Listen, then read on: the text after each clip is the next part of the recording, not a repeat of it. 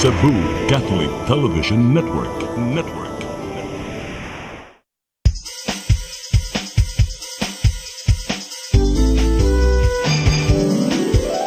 Hello Cebu, maayong buntag.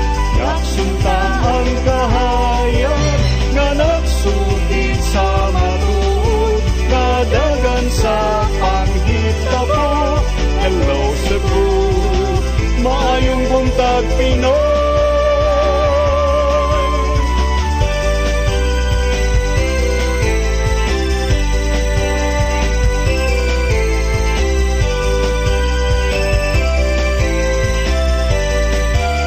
Ang katutulungan sa mga katawhan. Hello Cebu, hello Cebu, maayong buntag Pinoy, maayong buntag Pinoy, maayong buntag Pinoy. Hello Cebu, may Buntag Pinoy. Adlaw karon nga Martes, Hunyo 20, Hunyo 15 tuig 2021. Sama sa nanda na mga atod kaninyo kini mga balita nga nahipos sa CCTN, Channel 47 News Department, headed by News Manager Kapitan Dennis Tabar. Ako ipakita kaninyo kini mga front pages sa mga pamantalaan lokal at national. Kung bukudlo kami pipila ka mga balita sa mga pamantalaan. Pag-isgot-isgot kami sa mga butang na may labot ang lungsod. Among basahon ng inyong mga text messages ngay padangat nga ating tulumanon. Ang weather report musunod karong taod-tangod. Ako si Manny Daul Santos Rabakalog sa aming sanandan kabanato atong partner matag buntag, Konsehal Malu Uano Inukando Taba. Cons, may buntag. Maayong buntag sa viewers sa Hello Cebu, maayong buntag Pinoy. Atong paabuton ang atoang weather forecaster gikas pag-asa maktan ning tungura atong ipadangat ato ang latest weather update. Higis pag-asa maktan Sir Jomar Aclarino, maayong buntag. Yes, good morning sa tanan ug sa tanang tigpaminaw kini ang atong latest weather update karong adlaw. Habagat or southwest monsoon ang paday nakaapekto sa Luzon area. Ang tibok sa Visayas kasama na ang probinsya sa Cebu makasinati ta panagsama panganuron ngadto na sa medyo madag-o mo nakalangitan og natay mga patak-patak na mga pag-uwan o kini mga localized na mga pagpanugdog og kilat. Padayon ta mag-monitor sa atong mag-i-issue ng mga thunderstorm advisories. Hinoy nga na sa kasarangan ng hangin masinati sa tibuok sa Visayas ug ang kadagatan malinawon nga na sa kasarangan ang pagbalod. Ang temperatura sa Cebu 25 to 32 degrees Celsius, natay heat index na moabot sa 38 degrees Celsius. Adlaw misilang kanina alas 5:23 sa buntag ug mosalop alas 6:06 karong hapon. Ang dagat motaob sa alauna 8 karong hapon ug mohunas alas 8:46 sa gabi. Philippine Standard Time alas 7:49 karong buntag, gikan diri sa Mactan Pag-asa Visayas, DOST Jomar Clarino. Daghang salamat Sir Jomar Clarino ug maayong buntag niyo tanan sa pag-asa maktan. Karon arita sa atong front pages sa mga pamantalaang lokal ug nasyonal atong sugdan ang sa Sunstar Daily. Sa Sunstar Daily, Duterte to Cebu, follow IATF arrival policy. Sa super balita sa Sunstar, namusil bisan natusak sa bala, duha sa tulo ka durugistang napatay, sakop og kultong di madutlag bala. Sa The Freeman, Malacanang orders Cebu, follow IATF rules. Sa Banat News, sa The Freeman, IATF guidelines mo'y matuman bahin sa OFW ROF nga mga bot sa Subo. Sa Philippine Daily Inquirer, tighter curbs sought in provincial hotspots. Sa Philippine Star, NCR Plus still under GCQ until June 30. Sa Manila Bulletin, curfew in NCR shortened. Ug sa Tempo, biggest Shabu Hall. Maukad tong mga front pages sa mga pamantalaang lokal ug nasyonal sa tong pagbalik ato ipadangat kaning mga balita nga nahipo sa tong kaubanan sa CCTN News Department. Please stand by. Hello Cebu, hello Cebu, maayong buntag Pinoy, maayong buntag Pinoy, maayong buntag Pinoy.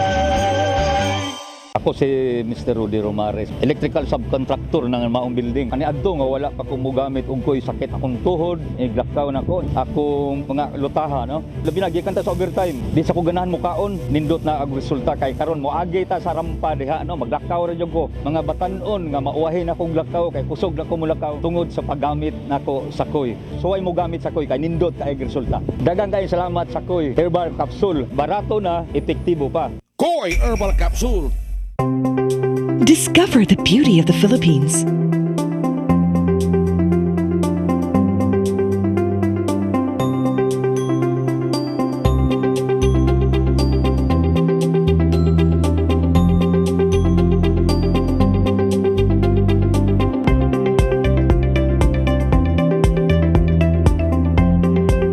With Philippine Airlines, the country's flag carrier.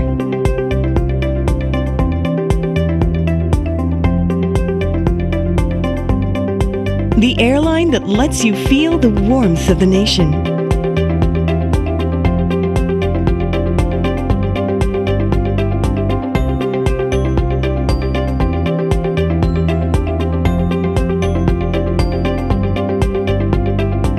Mabuhay!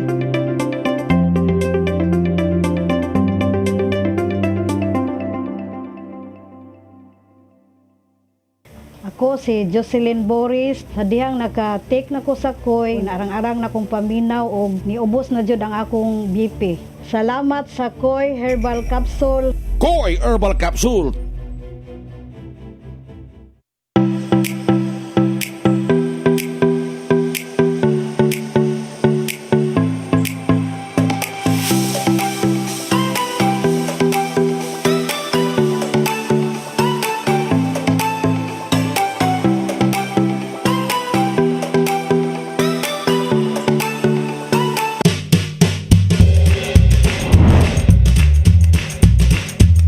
Nag-vlog ko!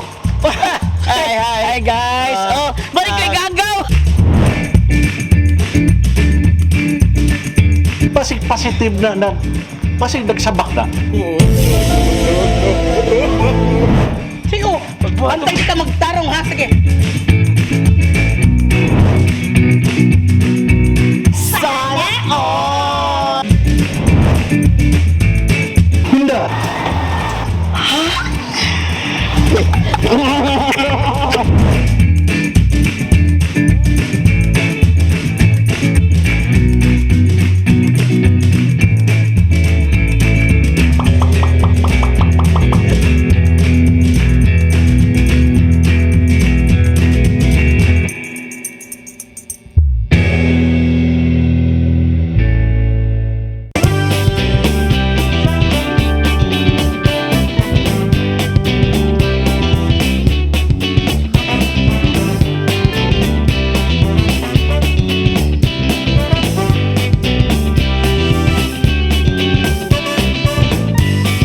Mga kababayan, kuyogi ko ninyo sa paglibot sa tibuok Pilipinas ug Asya dinhi sa Pasyal Tayo. Lunes hangtod Biyernes, alas 4:30 hangtod alas 5 sa hapon. Dinhi lang sa CCTN Channel 47. Komprehensibo, eksklusibo, eksklusibo, veterano. Ang Gawad Tanglaw Awardee for Best Anchor of the Year. Ang bonito sa radyo, nasa TV na.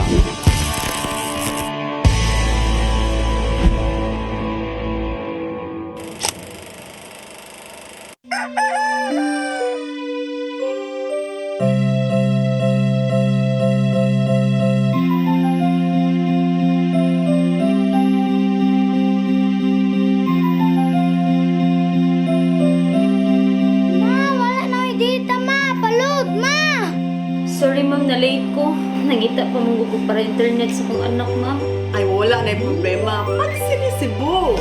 CEBU, CEBU. For your internet connection. And for the signal of your cable TV.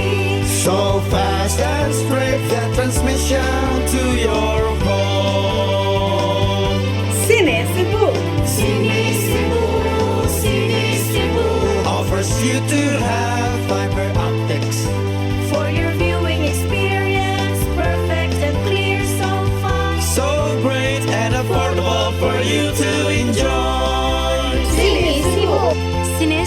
Television Network Incorporated offers fiber to the home broadband internet bundled with fiber to the home cable TV connection. CEBU Television Network Incorporated with its operation in Metro Cebu and the whole province of Cebu soon. And affordable for you to enjoy. CEBU. For inquiries, please visit us at www.cinecebu.com. CEBU, connecting communities, creating connectivities. Hello Cebu. Hello Cebu. Maayong buntag Pinoy.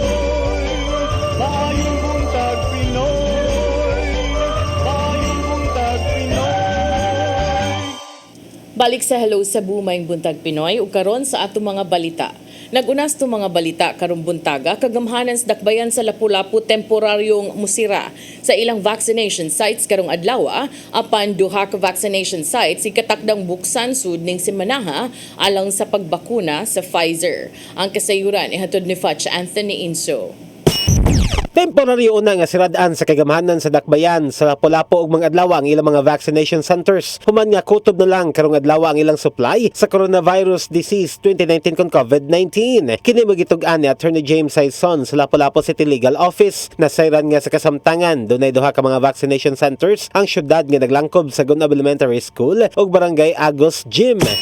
Close temporarily until we receive additional allocation sa other vaccines. No?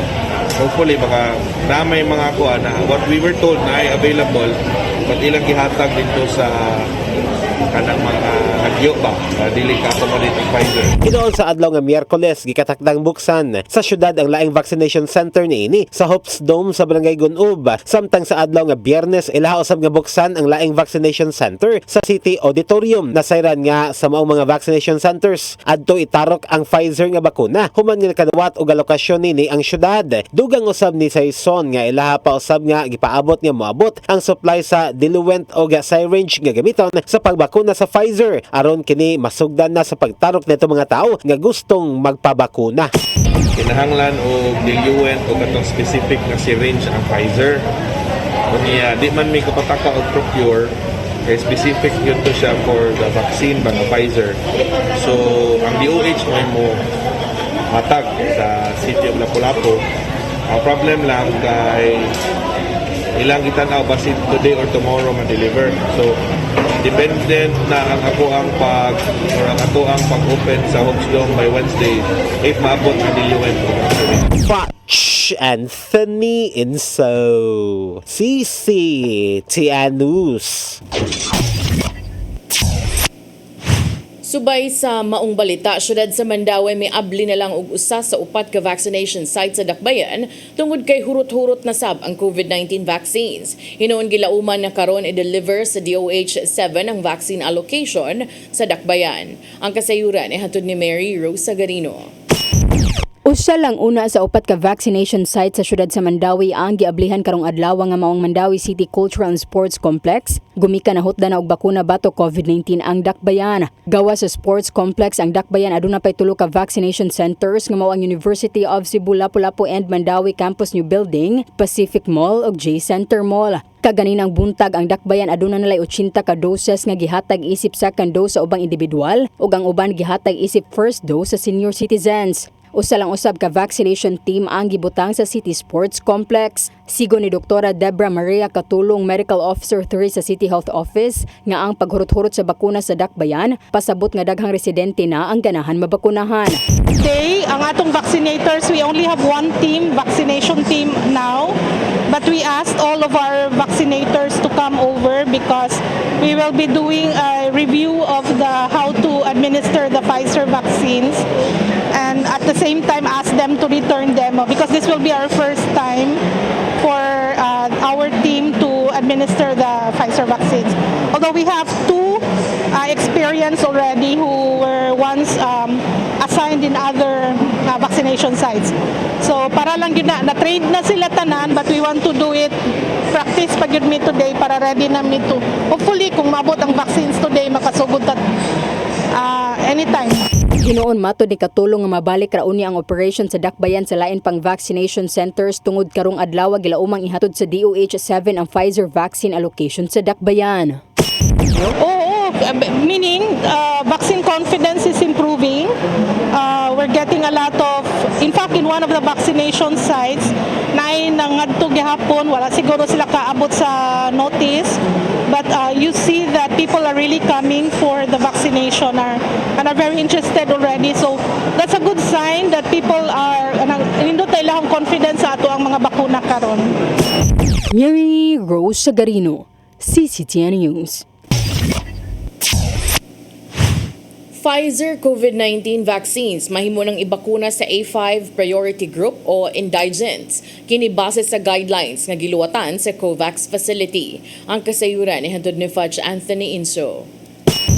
Mahimo nang mabakunahan og Pfizer nga bakuna kontra coronavirus disease 2019 kon COVID-19 ang mga ana sa A5 priority group o kadtong gikan sa mga indigent nga pamilya. Kini magitugan ni Dr. Mary Jean Loriche, spokesperson sa Department of Health kon DOH-7. Matod niya kini base na sab sa guidelines nga giluwatan sa COVAX facility isip kini mo'y nagdonate sa mao nga mga bakuna. There is a specific instruction from the COVAX facility knowing that this is a donation, that the Pfizer doses that we received should only be allocated to A1, our medical frontliners, A2, our senior citizens, A3 for our persons with comorbidities, and A5, indigent population.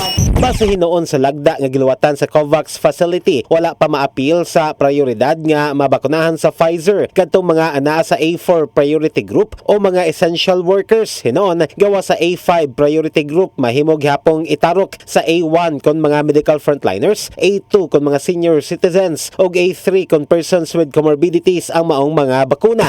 It skipped off the A4, which is actually all other frontliners, no, economic frontliners, uniformed personnel. So that is from the COVAX facility instructions as to the allocation of these Pfizer vaccines. See, A4 can continue on, the LGUs and the vaccination centers can continue on doing their vaccination for A4 using Sinovac, if they still have it. Kung wala na, then they will just have to wait for another batch of vaccines that may arrive.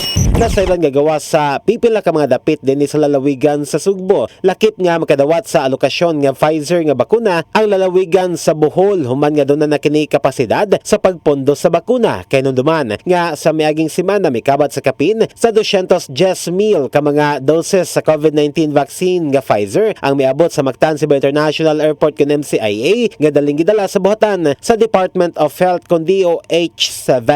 Fudge Anthony Inso, CCTN News. Sa laing bahin tungod sa pagsakas sa COVID cases sa mga silingang probinsya sa Visayas, magkinahanglan negatibong COVID-19 test ang mga mobiyahe gikan sa Bohol, Negros Oriental ug Negros Occidental. Ang kasayuran ni Hantod ni Gian Navarro. Nagkasinabot ng daan ang mga hingtungdang ahensya sa gobyerno ug ni Governor Gwendolyn Garcia nga istriktohon una ang mga bot mosulod sa Sugbo gikan sa mga kasikbit nga probinsya. Kini pinagi sa Executive Order No. 22 ni Garcia, din magkinahanglan una og negative COVID-19 test result ang mga taga Bohol, Negros Oriental ug Negros Occidental nga mobiyahe paingon sa Sugbo. Ubos sa mga kamanduan, kinahanglang magbaton ang tao og negatibong RT-PCR test result tulo ka adlaw sa dili pa mobiyahe paingon sa Sugbo. May mousab nga ipakita ang negatibong rapid test result duha ka adlaw sa dili pa makasulod sa bisan unsang mga pantalan sa Sugbo. Una nini, nihangyo ang habig sa Office of the Presidential Assistant for the Visayas kon OPAV ngadto sa Department of Health 7 nga mohimo og mas gipahugot nga mga lakang. Sa datos gikan sa DOH-7, niabot sa kapin 3,000 ang active cases sa Negros Oriental, samtang nisaka sa kapin 1,000 sa lalawigan sa Bohol. Nang inaot si OPAV Undersecretary John G. Gonzales nga pinagi sa bag-ong kamanduan, malikayan usab ang subling pagkuyanap sa mga kaso sa COVID-19 sa Cebu Cebu Province karong anaa na sa kapin 500 ang active cases. Naluwagan din ko ni R.D. Fernandez personal, istorya ko niya o ni Dr. Lorenze nga ato ko nung tan-aon at istoryaan si Governor Gwen tan-aon nato ang posibilidad nga atong gamayng stiptuhon ang pagpasud gikan sa Bohol, Negros Occidental o sa Negros Oriental tungod sa pagsaka sa ilang mga kaso ditong lugar. Gikalipay usab sa OPAV ang naimong kamanduan ni Garcia. Din gipatuman ang mas hugot nga border restrictions hangtod sa Hulyo 24. Paninguhaon karon sa habig sa ingtungdang mga ahensya nga himong mas sayon ang COVID-19 test alang sa mga mopaingon sa Sugbo. Ilang ipangitaang paagi sa DOH-7 nga basi makabutang sila og mga centers, testing centers sa mga puerto para nga dito pa lang before sila magpalit sa ilang ticket maka antigen na sila nga dili sad mahalo nato ang presyo. Una nang gimugatan ni Gobernadora Garcia nga nagpabiling ubos ang mga kaso sa COVID-19 sa Sugbo. Sanglit ana pa sa MGCQ status ang probinsya sulod sa 11 ka buwan. Sumapanini nga panahon na gayod aron ikonsidera sa kagamhanan nga ipaubos sa low risk areas ang probinsya. When we do experience an increase, are lockdowns the answer? No. Perhaps we may just be immediately looking for a solution without asking the right question. Susama usab ang kamando ang gipagawas karon ni Mandawi City Mayor Jonas Cortez aron pahugdan pa ang mga bot mosulod sa dakbayan. Ubos sa Executive Order number 19 ni Cortez, magbaton usab ang mga biyahero og negatibong swab test o rapid test pipila ka adlaw sa dili pa makasulod sa Mandawi City. Gian Navarro, CCTN News. Sa atong katapusang balita, duha sa tulo nga napatay sa buy-bust operation sa mga sakop sa PNP Drug Enforcement Group diha sa Trans-Central Highway sa Barangay Taptap, giingong mga miyembro sa usa ka kulto sa lungsod sa San Fernando ug matud pa gitumbok kining mga sakop sa gun for hire sa wa pa nabilanggo kaniadto. Ang kasayura ni hatod ni Arnold Bustamante. Sakop sa usa ka kulto ang duha sa tulo nga napatay sa gilusan nga buy-bust operation sa mga sakop sa PNP Drug Enforcement Group 7 inabagan sa kapulisan sa sudod sa Sugbo human ni misukol sa mga operatiba. Matud ni Police Lieutenant Colonel Wilbert Parilla, Deputy City Director for Operations sa Cebu City Police Office, nga sigon sa ilang nakuha nga impormasyon gikan sa PDEG 7 nga nadakpan na kaniadto sa San Fernando Police Station silang Christopher Lim alias Christopher Aparece og Boye Trama sa kasong pagpamusil. Gitumbok sila nga sakop sa gun for hire pipila ka tuig na ang nakalabay, din sila ang gitumbok ka responsable sa mga kaso sa pagpamusil sa mga lungsod o sa mga silingan nga lugar sa San Fernando. Based on the information given to us by the PDEG, kaning duha, kani si Aparisi o si Boye Trama, formerly na ni sila nga na-arrested na ni sila sa San Fernando Police Stations because of series of shooting incidents, and then they are also considered as gun for hire. Lagip silang nakuha nga impormasyon nga sakop sa usa ka kulto sa mga lungsod sila nga Parisi o Rama, di na doon na kini agud-agud nga dili madutlan. Atol sa sinukliay sa bala netong Huwebes sa gabi, sila nga Parisi o Rama ang gingong dugay nga nakabsan sa kinabuhi sigon sa usa sa mga operatiba sa PDEG nga bisa na samda na padayon kini nga namusil sa mga pulis. Another information also given to us that mga membro din sila diha sa og kulto, nga doon na sila mga gituhuan nga agud-agud. Si Aparisi o kaning Boye Trama. Gikuha na sa kabanay ang patayng lawas ni Aparisi sa punerarya, samtang pabilin pa ang lawas nilang Libon Kier Bargayo o Boye Trama. Wala pibiduaw niini aron ipalubong. Dugang ni Parilla nga ang tanang armas nga nakuha gikan sa tulo gipaubos na sa ballistic examination sa PNP Crime Laboratory aron pagsusi kung gigamit ba kini sa ubang krimen sa probinsya Sugbo ug Dakbayn Sugbo.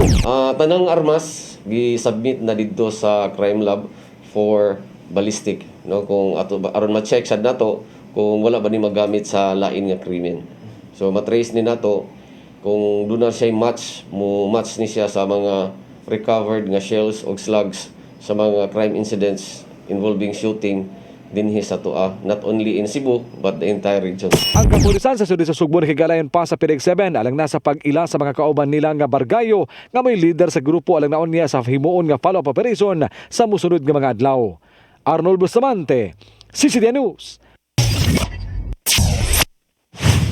Mao katong mga balita nga nahipo sa CCTN Channel 47 News Department headed by News Manager Kapitan Dennis Tabar. Inyo katong nakita og nabati sa Sayri 47 din sa CCTN Channel 47 ug sa Radio DYHP. Cons, diyan atong ipaabot. Atong kanunay ipaningil sa presidente kung hain na kadtong iyahang desisyon sa iyahan na gipa timbang-timbang o gipa-assess na provincial ordinance na usa ka executive order ni Governor Gwen na may gipatuman dinhi sa airport sa Sugbo alang sa OFWs ug ROFs. Kagahapon murag giunhan sa presidente doon na pa man tay public hearing karon. Doon ay hearing karon sa Senado di ingibitar si Governor Gwen Garcia og kalabot kini sa IATF protocol, no? Og doon na ganis tayo giingon na in the agenda nga tingalig ilang tanawon ng protocol og di ba ni angay nga usbon. Apan giunhan sa Malacañang si Presidente Rodrigo Duterte nakahukom nga ang International Arrival Protocols nga gitakda sa IATF kinahanglan mao'y ipatuman sa Sugbo. Tudo na. The Pero president kuan man has sir, decided- do you think that would stop the Senate nga lahi man sad sila nga body, di ba? Yeah, that's a public hearing.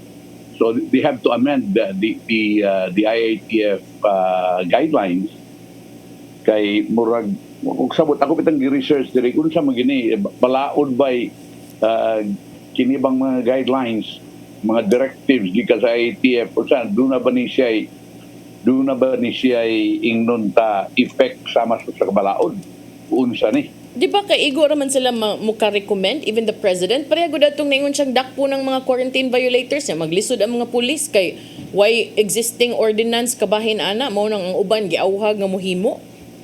Muna karon ang ako untang ni pangutana na unsa may og pananglitan dili man gyud atong masabot na di man ipatuman ni Governor Gwen Garcia unsa man ang ilahang ipasaka nga sumpong.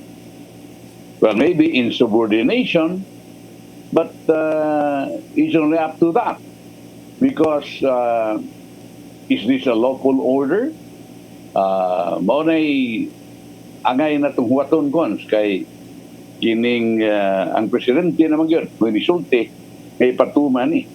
Kunya, ang ipaibaw nini, ang BFF pag yun ni Governor Gwen Garcia, is si presidential spokesperson Harry Roque. Iyaha man ang trabaho isip tig pamaba. Pero yes. I think kanang di rapud na sila makabuot kung mupahigayon ini ang Senado because remember, nabe separation of powers, di ba? And doon na bayay ka ng lahi biya nga branch of government, legislative o kanang kuan executive.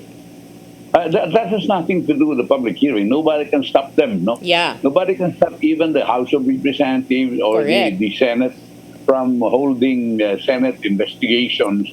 Why magapung nila? Ang akong pasabot is kiunhan sa presidente na napamanta to, ano lang yun huwata o unsay mga tutimbang-timbang dito sa istorya unya dito sa mga public hearing unta karon man kini. Pero kagahapon naman gipagawa naman daan ni Presidente Rodrigo Duterte ang orden nga kinahanglan mo sunod ang province of Cebu. So therefore, kung ugaling unsay desisyon sa Senado, I don't know how they can already amend a directive from the IATF. That's another thing, no? Kay apito na ako sa eksplikasyon ni Governor Gwen Garcia sa istorya nila ni Presidente Rodrigo Duterte. Iyang itong istorya sa press conference, mura magkakong masabot nga mura og ang kasing-kasing ni Presidente Duterte mura og diya sa mga sugbuanon na ang mga ROF og OFWs di na tuloy subisuron ni anhin asla din for emergency wa na siya magluling hayaw diri wa na siya magbakasyon diri igo-igo rin ng kwarta, ang uban gani kuwang kwarta, nagkapangutang pa niyo, di ba, nagkasarban sa amo. Apan, wa man day magkumbinsya ng Malacanang. Well, actually, even singan ani BFF ni niingon man nga he did not get murag wa siya nakakita nga murag na nalain ang presidente sa gitumbok nga pagsupak sa gobernador sa maong gihimo sa IATF, no? So kani ato pod ning matan-aw kung mao pa ba, mahadlok pa ba ang mga magbabalaod kung muluwat og pung ang presidente kay kinamduman sa una ingon sa presidente nga mao ni, di ba, maglumbaanay og tuman, palabuanay og panindotay mga idea. So tan-aw na to unsay outcome ani karong adlaw kung mao pa ba gihapon. I don't think so. Because especially that elections is fast approaching, I don't believe so. I believe that this is also a survival for them. Survival in the sense that they have to look at the voting population of the province. And the political landscape, no? But remember, sir, the Senate has never been that much of a rubber stamp compared to, you know... Because, di ba, even before, ang Senado mo, sigig insister nga, paundango na sa pwesto si Duque, but the president keeps on saying, stay put lang ka. But it has never dampened the calls of the Senate for him to step down. And, you know, murag makaingon tag hinay-hinay na, doon na nanggawas, even dili lamang sa COVID, kundi doon na uban. Doon na nagsugod og pangutingkay sa mga katong mga drug operations, sa mga tukhang, doon na nangutingkay sa mga gasto sa COVID, mga gasto sa gobyerno. Unya karong bag-o nakabasa ko, I think kagahapon ba to or kagabi nakadungog ko nga doon na yung mga magbabalaod nga gitumbok si kanang Galvez ug ang IATF nga criminal neglect of Mindanao, kaya nangamatay ko ng mga tao sa Mindanao because of the inactivity of Galvez. So doon na yung mga nanggawas na nga mga ingon-ani nga mga sentimento. So makaingon ko unsa man ni mao na ba ni? Is this the beginning of the end?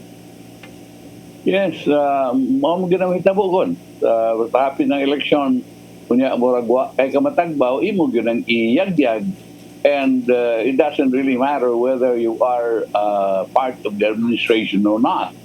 As what I said, it's survival because all elections are local. So you have to fight for your constituency, for your relevance. Yeah. Ang mo nang ingon ta kanadto nga sige ingon na ni saaran ming Galvez nga gaan kita kuan gyud dinhi unahon kita hatag sa mga bakuna karon kita priority ta, di ba? Ingon sila, sir. Oh, yes. Nya sa tantong ka priority di ang ubang mga vaccination sites nanira na, di ba? Kay wa nay supply. Main pagka priority. Mandawe dinis ato manira usa kay wa pay nangabot ka mga bakuna. So, mao na ikuan, priority man. Mula gina, sobrang tagsalig ba? But for all we know, it may not be the fault of Galvez, but, you know, anticipate na lang unta ng mga mini, no? For example, ang Sinovac shipment, na-stuck up the storage. Natanggong. Kay dunay wa nahatag nga unsa to nga dokumento, sir, murag pagmatuod nga na-check yun maayo? Oh, necessary document. 1 million doses of Sinovac's 2-dose corona vaccine arrived in the country last week. The delivery raised the total number of corona vaccine doses received by the Philippines to 7.5 million, including 1 million doses donated by Beijing.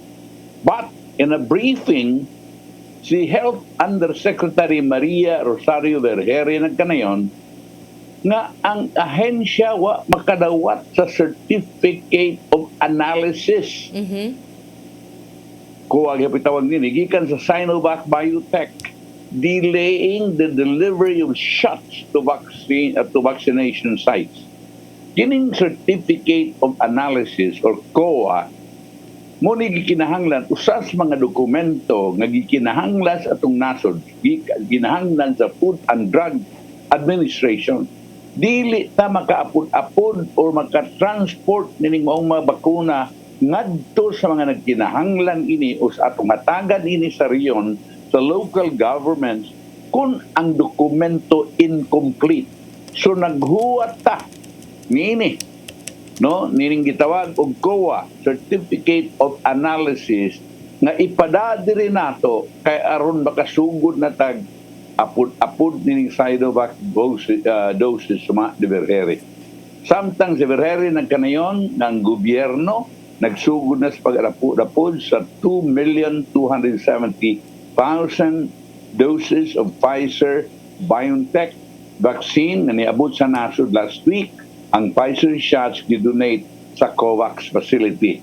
Sa 60% sa latest shipment, ihatag sa mga riyon nga dunay high burden cases, samtang naibilin nga 40% will be sent to areas in the so-called NCR plus 8. Only 1.55% sa country's roughly 110 million population had been fully vaccinated against COVID-19. Samtang 4.26% have received the first 2 doses of the vaccine. 1.55% lang of 110 million ang fully vaccinated. Samtang 4.26% nakadawat sa una na dose sa bakuna. Nya asa man tanini sa ato ang gitawag herd immunity. Di naman sila mo gamit sir, population protection naman kuno. Instead of using herd immunity, it will be called population protection. Pero how can you protect the population if, di ba, pila to ka percent, 2% pa of the total population ang nabakunahan? Oo, kinahanglan man tag 50%. Kanang population, kung sa ito ang protection. That's 50%. Because the herd immunity is 70%. If only for them to have reasons to lower the target from 70% to 50%, muna ilang gigamit ng termino. But even if you use that terminology, ang may tabo niya na layo patas tinuod. Check, unsaon pa na nimog dribble og palami din ha nga padayon ta sa atong mga pagpahigayog pamakuna unya nagiyahay lang og kanang pangangkon nga ingon ng Pilipinas nga number 2 kuno ang Pilipinas sa pagkanang efficiency or kanang pagkapaspas siguro sa ilahang pagbakuna sa Southeast Asia, pero doon na say nigawas nga balita nga ika-8 kuno of 10 naglibog sad ko. The fact is that we haven't even hit 2%. The tip of the iceberg. sa ito ang target nga 50%. Kana bisa kung saan yung paghambog, bisa kung saan yung sulti na diha, basta mauna watak abot 2% sa 50. Nakalayo ra 48 tong tugig gunon. Okay.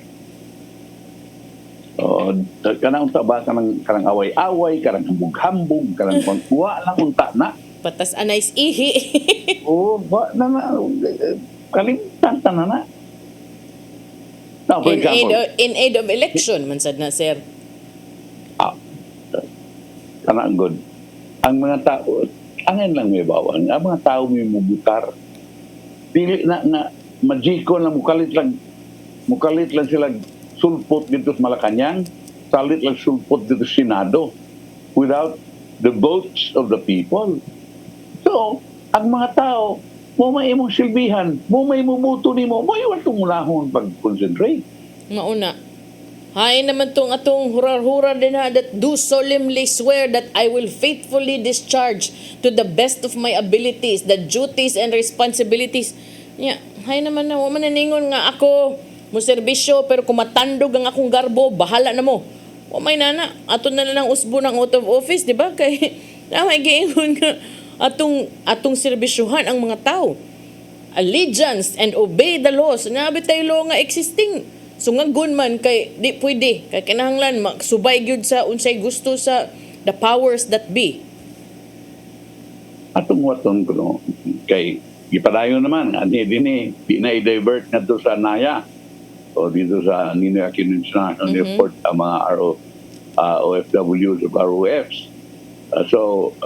Muraman og si Governor Gwen Garcia o ang mga pinugyanan sa Mactan Cebu International Airport ang ipatuman mo magyod ang provincial ordinance. That means tanaw na ito kung sa reaction, no?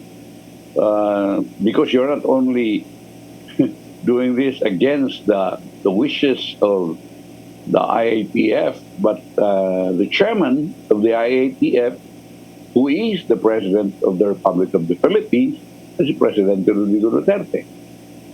So atong paabuto na ug asa takutog dinhi as against sa resulta karon sa investigation. If they will really touch, I would like to believe they will touch on this, but I don't know how they can stop the implementation of the provincial ordinance vis-a-vis the incoming ROFs and OFWs.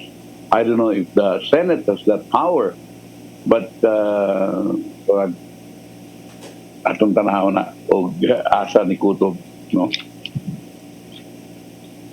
Samta cons breaks ata. Balik tarong tao-tao duman sa pipila ka pahinumdum. Please stand by. Hello Cebu, maayong buntag Pinoy, maayong buntag Pinoy, maayong buntag Pinoy. Ako si Mr. Rudy Romares, electrical subcontractor ng Maayong building. Ani adto nga wala pa ko mogamit og koy sakit akong tuhod, iglakaw na ko. Akong mga lutaha, no. Labi na gikan ta sa overtime. Di sa ko ganahan mo kaon, nindot na ang resulta kay karon mo agi ta sa rampa diha, no. Maglakaw ra jud ko. Mga batan-on nga mauwahin akong lakaw kay kusog na ko mulakaw tungod sa paggamit nako sa koy. So ay mo gamit sa koy kay nindot kay resulta. Daghang kay salamat sa koy herbal capsule. Barato na, epektibo pa. Koy Herbal Capsule. Discover the beauty of the Philippines.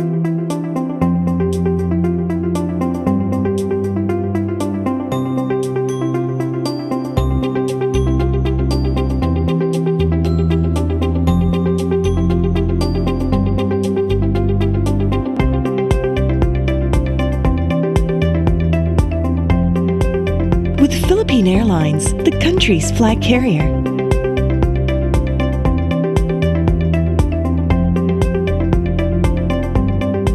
The airline that lets you feel the warmth of the nation.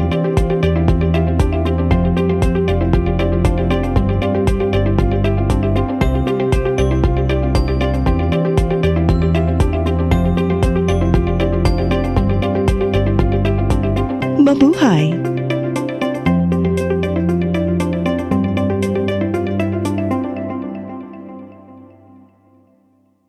Ako si Gumersindo Alforque Rivera, ako asawa ni Tagas Fernando. Nadto una, sakit ang kalawasan. Ako manggibintin ang koy, nawa na tanan, nakaayos ang mong balatian. Barato na, epektibo pa. Koy Herbal Capsule.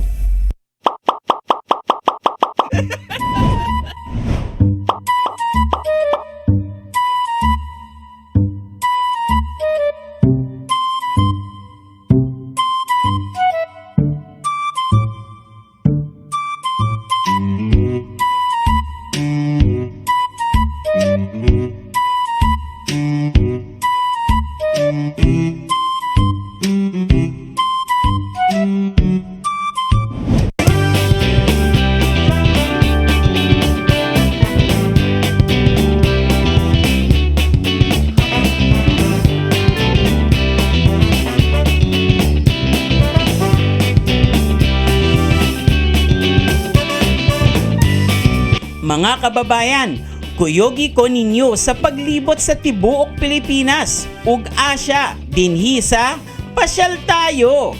Lunes hangtod Biyernes, alas 4:30 hangtod alas 5 sa hapon. Dinhi lang sa CCTN Channel 47. Komprehensibo, eksklusibo, eksklusibo, veterano. Ang Gawad Tanglaw Awardee for Best Anchor of the Year, ang bonito sa radyo, nasa TV na.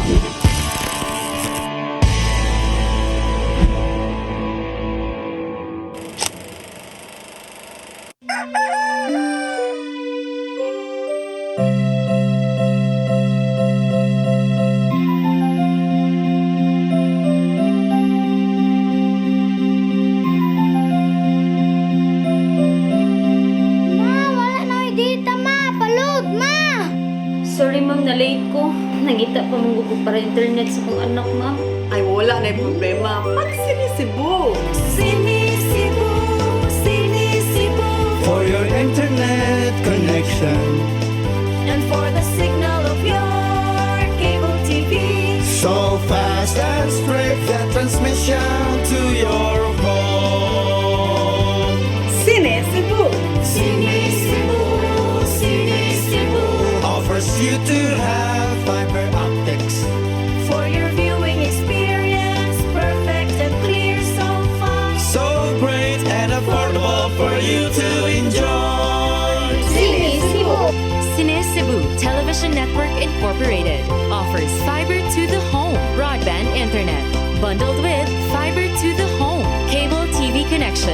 CEBU Television Network Incorporated with its operation in Metro Cebu and the whole province of Cebu soon. And affordable for you to enjoy. Sini-Cebu. For inquiries, please visit us at www.cinecebu.com. CEBU, connecting communities, creating connectivities. Batuki ang COVID-19. COVID medical kit nga gikinahanglan sa imong balay. Paracetamol, betadine alang sa panglimugmog sa baba, vitamina C o D3, B-complex, Vaporada plus kapsula aron hanggapon ang alisngaw sa init, oximeter, oxygen cylinder, ehersisyo sa pagginhawa. Ayaw itago kining maong informasyon alang lamang sa imong kaugalingon. Ipaambit kini sa imong pamilya o mga higala ang pagpakigbatok sa COVID-19. Hatod kaninyo ning istasyon.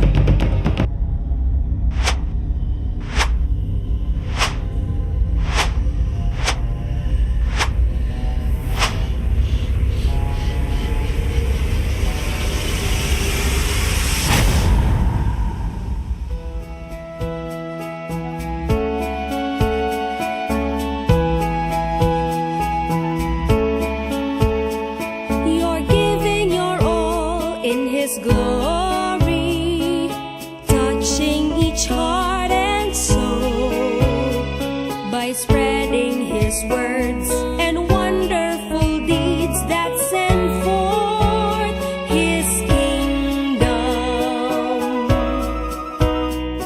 It's love that you feel, that you care for all who have gone astray.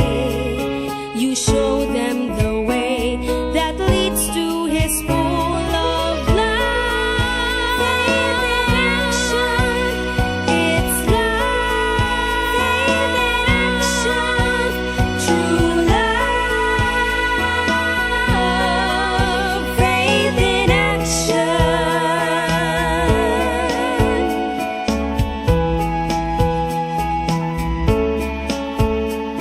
We're one in one hope, inspiration through God's amazing grace.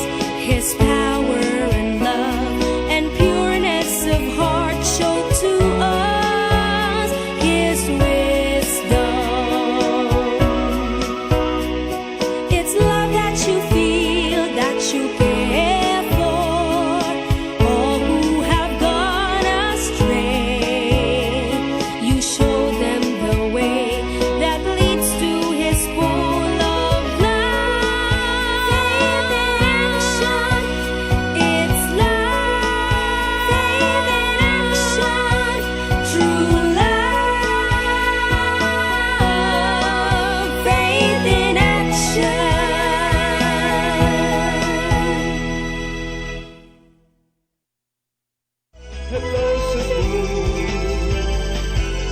Hello Cebu, maayong buntag Pinoy. Maayong buntag Pinoy. Maayong buntag Pinoy. Maraming salamat sa Cebu, Maayong Buntag Pinoy. Ato na ipagita ko sa tuang bulletin gikan sa Department of Health Region 7. Sila Okay. na kaya ito ang bagong kaso sa COVID. Okay, atong DOH Central Visayas COVID-19 case bulletin number 361 dated June 14, 2021. Ang Cebu City nakatalag 74 ka bag-ong kaso sa COVID-19. Lapu-Lapu dunay 8, Mandawi 8 usab. Ang Bohol 57, Cebu Province 16, Negros Oriental 92, 0 for Siquijor. Total of 255 new cases for Central Visayas nga anaa karoy 5,743 active cases. Additional reported deaths usa sa Cebu City, usa sa Bohol ug 3 sa Negros Oriental. 5 kabuok ang atong additional reported deaths yesterday for Central Visayas. Additional reported recoveries 25 sa Cebu City, 0 for Lapu-Lapu, 12 for Mandaue City, 1 for Bohol, 75 for Cebu Province, 370 for Negros Oriental, and 1 for Siquijor. Atong highest number of active cases anaa sa Negros Oriental with 2,853. Gisundan kini sa lalawigan sa Bohol nga dunay 1,394. Samtang nasud sa top 3 sa Central Visayas ang Cebu City tungod kay aduna kitay 626 active cases. Taas-taas sa Cebu karon. Cebu City. Yeah. Okay, ato kong balikan ng IATF rules pag nagpatuman din ni Subo sa mga OFWs o sa ROFs na mutugpa diya sa tuang Mactan Cebu International Airport. Murag nagkawatak-watak ni karon kons. Ang atong madunggi walang tingog si Mike Dino. Presidente na kuno resulta. Ang ambot kini ubang mga local government units kung sa kay reaction ini mangisog pagyapon ni in favor of the local ordinance. Ang akong nahibawan is si Dr. Mary Jean Loreche, tigpamaba ni siya og Chief Pathologist sa Department of Health Region 7. Nagkanayon, as to fairness and logical evaluation, that is the big question. Kaya nagkanayon, ang Department of Health will defer to Garcia's instruction. Once we have their guidance, then I will issue an official statement to the above protocol. Kaya nagkanayon, na ang OFWs are modern-day heroes but are neglected and unfairly treated and possible careers of COVID-19 variants when all they want is to come home to their families.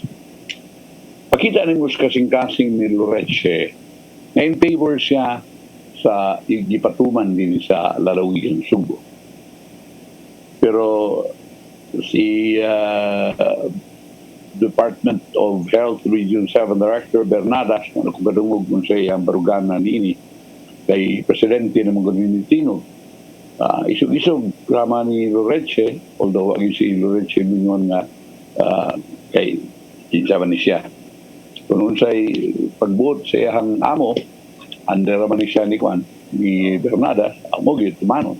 Pero ma-appreciate ko rin yung mga tao ngayon ini, even if naa siya amo na murag na mutingog, pero siya mismo murag ni pagwa gihapon siya niyang sentimento na mura og ingon niya nga kinahanglan na i-treat unta nato fairly kini mga OFWs o ROFs kay heroes magkani siya nato. Kanya atong ingon nga bayani ya pagkauman di ay atong dudahan career din sila mga variants sa COVID-19. Kunya, ang uban, pag dugo ganing uban o paluyo bihapon uban mitingog ning presidente. Atong paminaw ni kay aligri ning ninikon. Kaya dugo na pati man lang isuga. Kaya wa pa man tingog ng presidente, karon tingog na ambot lang. So, muna itong ipabot. Kunya, kining duda ko ni kwan 300 ka mga bahay kon naigo ko ni sa expressway sa Minglanilla yawa mo kuno sila konsultahan sa DPWH di hindi konsulta upasarong usa ka resolusyon ng Konseho sa Lungsod sa Minglanilla nga maghangyo kang Department of Public Works and Highway Secretary Mark Villar nga tumanon ang pasiunang plano niini sa Metro Cebu Expressway na sa kabukiran pataglaso ng maong karsada. Kaya kung tumanon ang labing uwahing nga feasibility study nga gihimo sa DPWH nga nag-usab sa rota 200 to 300 ka mga bahay ang mga apektuhan sa pagtukod sa Metro Cebu Expressway sa lungsod sa Minglanilla. Mato ni Konsehal Rajiv Enad sa lungsod sa Minglanilla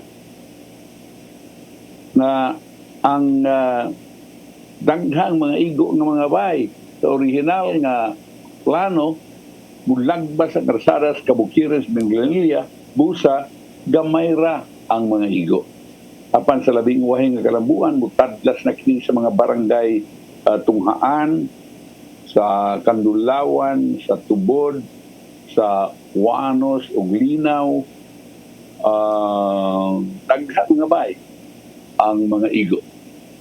Ibutyag niya na nakuman ang feasibility study sa DPWH alang sa pagsugod sa proyekto apan nang hinaut gapon sila nga og mahangyo og mahatagan og konsiderasyon ang ilang sugyot.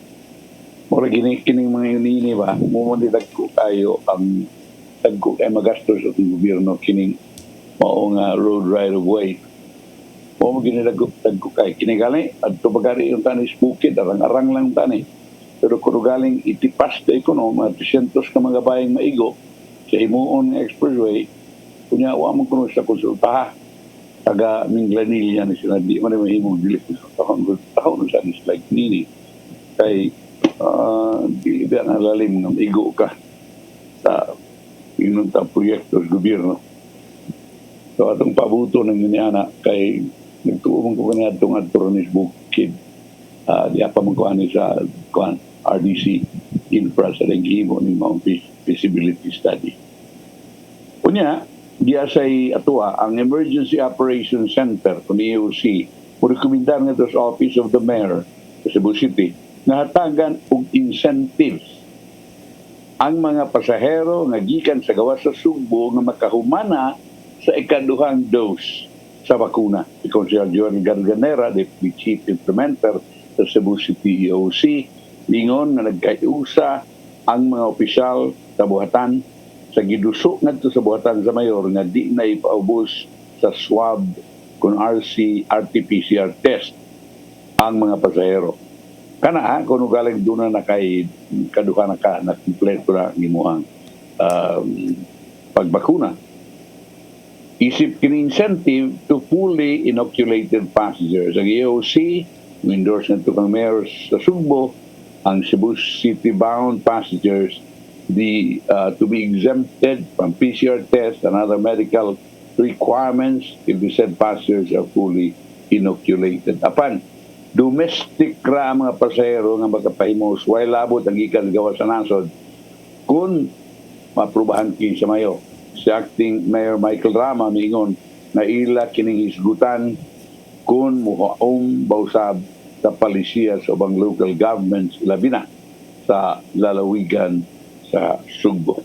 Dagan kay mga incentives ang naunawahan kon sa kuban atagan og mga kuan ang mga discounts sa mga groceries daghan ning mga yunini nindot pa ning yunini pero umbot lang ang uban kainon ingon pag-upagita nakabangon-bangon gamay nining ato ang pagka way halin kanadto karon nabalik-balik ta gamay nya agihan sa noon ta atag na sudan ini pero nara gina no nara na sa ato ang mga tagiyag tindahan kung uyon bata natagan nato og mga incentives kining ato nga mga kaigsunan kay maganda na lang sa diba kaya ron maganahan kini sila sa maka-encourage sa kuan maka-encourage og sales and at the same time protection.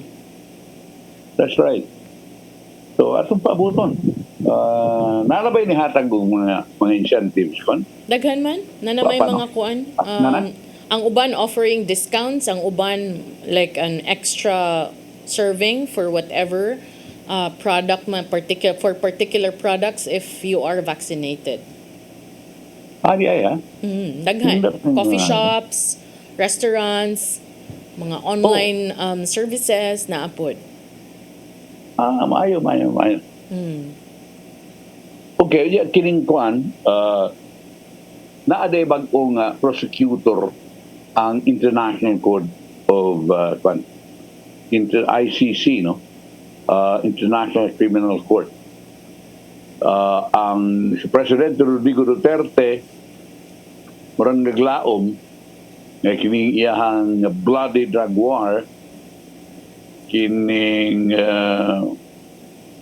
kay kini si Karim Khan mo may nagpatawag investigasyon sa crimes against humanity against Duterte and his men will be prioritized as they make a last appeal to outgoing ICC prosecutor Pato Bensoda mo ni kontra kay Duterte.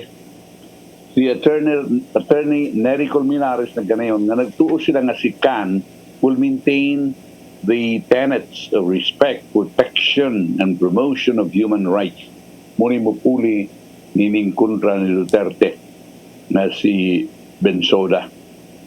Muna nga tingalig nagtuo nga siya nga tingalig masarang-arang ni murag dili ni pareha ni Bensoda nga murag init kay niya. On Monday, ang National Union of People's Lawyers assisted the families of drug war victims o sectoral group to rise up sa pagfile sa 4th supplemental communication ngadto sa International Tribunal a day before Bensoda ends his mandate.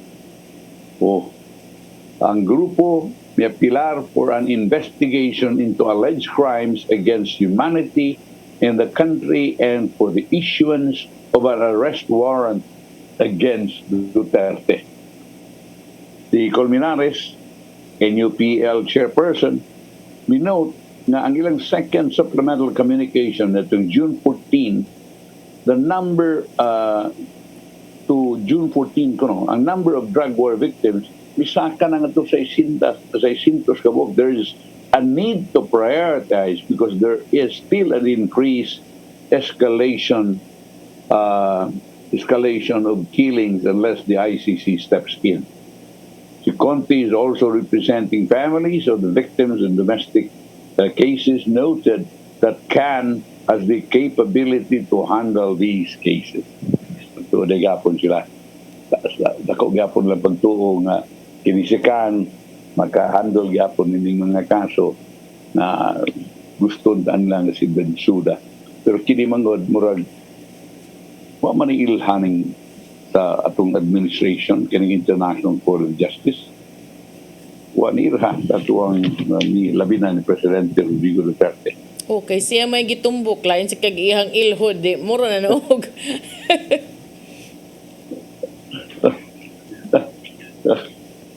Maro kay niya si Harry Roque po nga kuan mo na defender na ni Duterte nga dili na kay wa na mabutang sa official gazette sa Pilipinas kada katukuran ng ICC muna nga wa man na mabutang sa official gazette. So therefore karang ila diha ang mga gibutan sa maong nga balao diha way labot ang Pilipinas, dili applicable din sa Pilipinas. Ay, ka mga maing laki yun. Kung sa ito, gibalita mo ko ganina po na dunay kwan, dunay katubang kwan, katong kulto ba?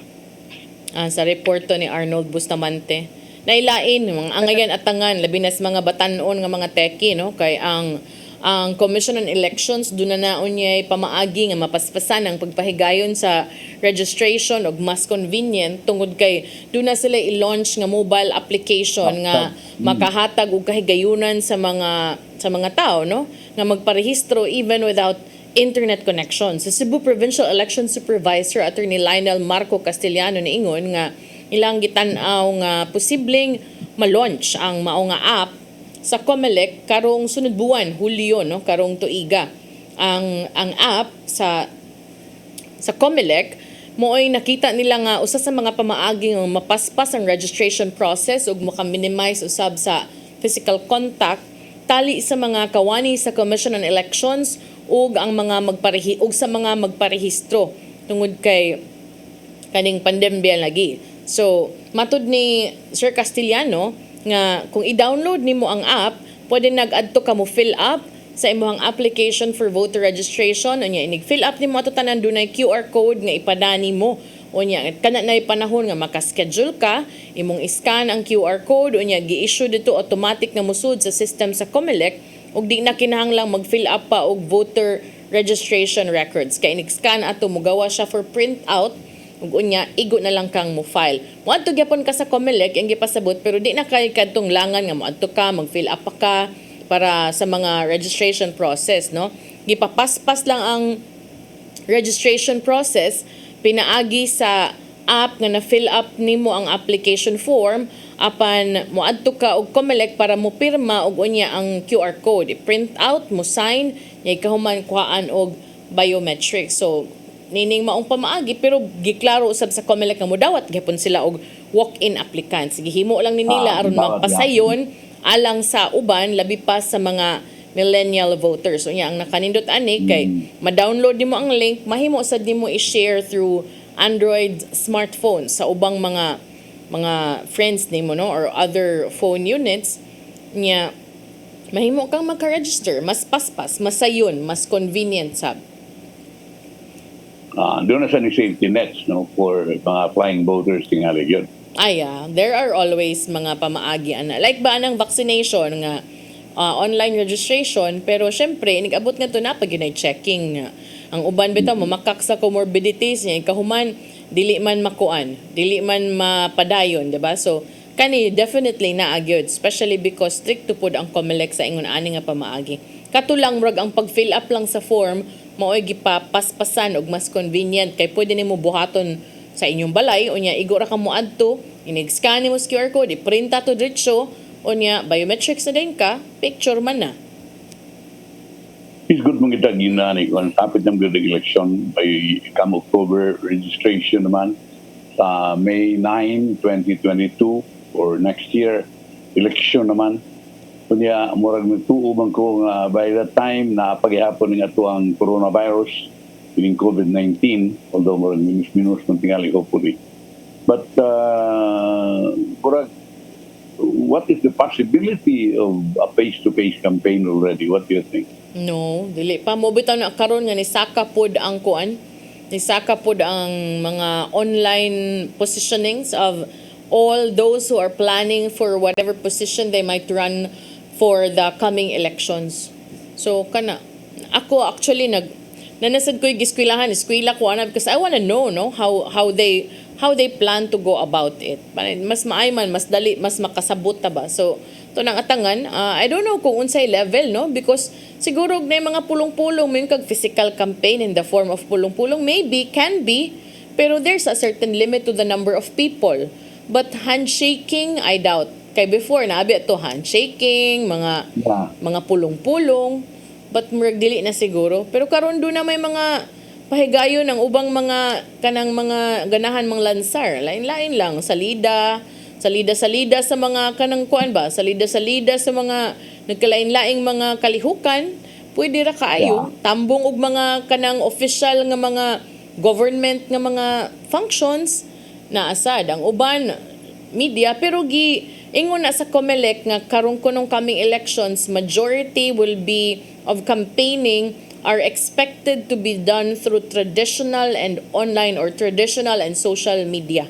Mo'y ilahang nakita nga trend for next year. So therefore, they have to already control the ads on non-traditional media, especially. Actually, in the previous elections, they already did. They are already monitoring those things. But sa pagkakaroon, as of like right now, not yet, because of may filing. So, probably after the expenditures, yes. Unya, mauman ng kuan. Last elections, nagsugod naman sila ana sa mga social media campaigning kaya they have a separate team or department in COMELEC nga mo'y muhandle anang mga social media nga mga activities of mga politiko or mga those running for public office. Yang ako magod is there are so many ways to skin a cat, no? So, ug ad nga ad yun, murag maklaro kayo, pero kanang uban nga mga ipaagilag mga other things, if only to tell the candidate. Visibility. Yeah. So, unsa man na siya, ma-cover na sa mga COMELEC regulation. Because I remember doon na sila specific limits. Say for example, may nga baka ikaw mani sa position nga imong gidaganan, ang imong allowed nga exposure or airtime is only 30 minutes. 30 minutes nga unsa man ni tanan? No, 30 minutes for radio, 30 minutes for TV, 30 minutes for social media. Depende. I think they will be coming up with guidelines for that. Unya, wa naman tay 30 minutes. Lapas naman taanig mag 30 minutes pa ta. So ato sa ipadangat ang gianda ni Tatay Dodong ani ang pulong og kinabuhi.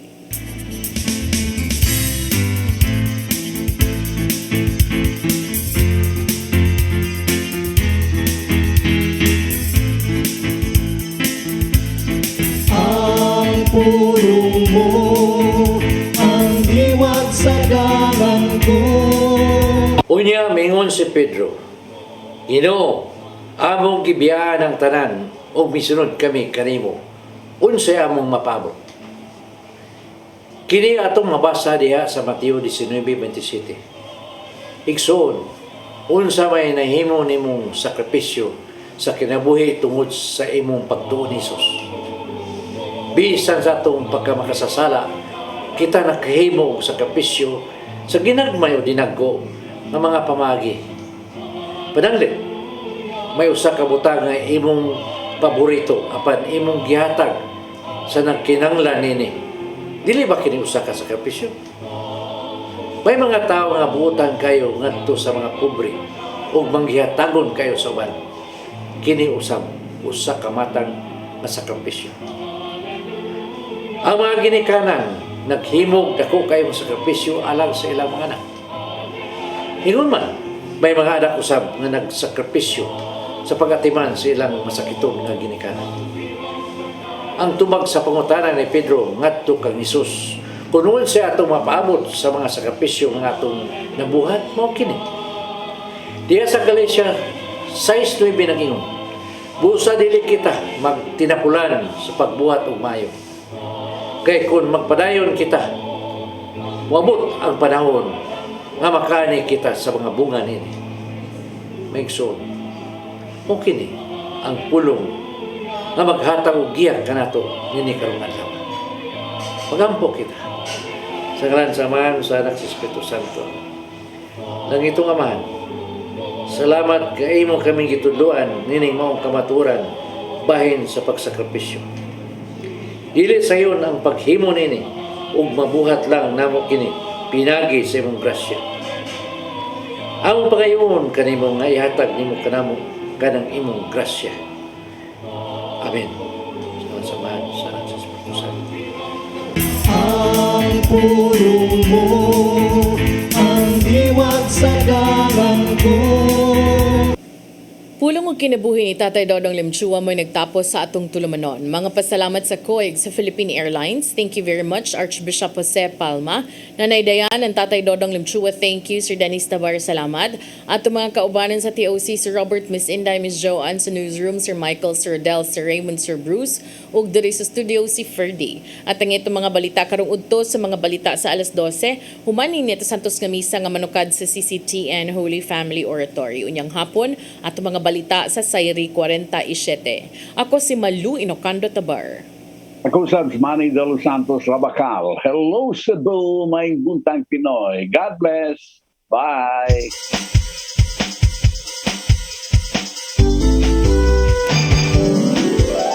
Hello Cebu, Maayong Buntag. Yaksunta ang kahayag nga nagsulid sa maluod, kadagan sa panghitabo. Usa ka pagtuo